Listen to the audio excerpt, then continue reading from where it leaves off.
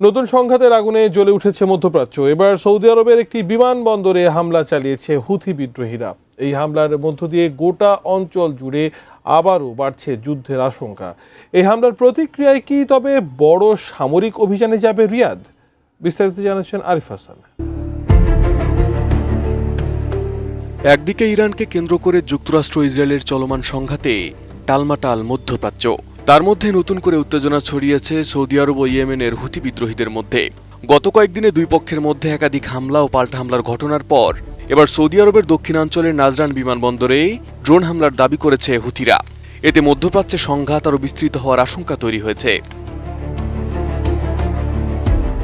মঙ্গলবার স্থানীয় সময় দুপুরে এই হামলা চালানো হয়েছে বলে দাবি করেন হুথিদের সামরিক মুখপাত্র ইয়াহিয়া সারি। বিকেল 4টার দিকে সামাজিক যোগাযোগ মাধ্যম এক্সে দেওয়া এক পোস্টে তিনি বলেন, ইয়েমেনের সশস্ত্র বাহিনী ড্রোন ব্যবহার করে নজরান বিমানবন্দরে সৌদি আরবের একটি গুরুত্বপূর্ণ স্থাপনাকে সফলভাবে লক্ষ্যবস্তুতে পরিণত করেছে। ইয়াহিয়া সারির দাবি, ইয়েমেনের সাদা ও হাজ্জা প্রদেশের আকাশসীমায় সৌদি ড্রোনের অনুপ্রবেশের জবাব হিসেবেই এই অভিযান চালানো হয়েছে। তিনি আরও সতর্ক করে বলেন, ভবিষ্যতে ইয়েমেনের আকাশসীমা লঙ্ঘনের যে কোনো ঘটনার পাল্টা জবাব দেওয়া হবে এবং তা বিনা শাস্তিতে পার পাবে না।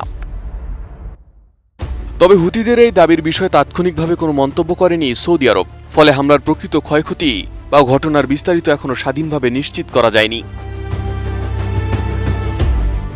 মূলত প্রায় এক দশকের বেশি সময় ধরে ইয়েমেনকে কেন্দ্র করে সৌদি আরব ও হুথিদের সংঘাত চলছে।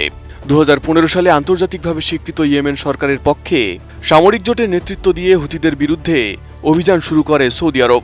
দীর্ঘ সংঘাতের পর সাম্প্রতিক বছরগুলোতে উত্তেজনা কিছুটা কমলেও চলমান ইরান যুক্তরাষ্ট্র সংকটের প্রেক্ষাপটে আবারও পরিস্থিতি দ্রুত বদলে যাচ্ছে।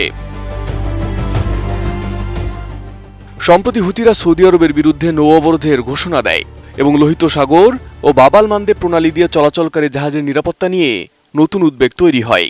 এর জবাবে সৌদি আরব সামুদ্রিক নিরাপত্তা জোরদারে আন্তর্জাতিক সহযোগিতা বাড়ানোর উদ্যোগ নেয় এবং হুথিদের যে কোনো হামলার কঠোর জবাব দেওয়ার হুঁশিয়ারি দেয়।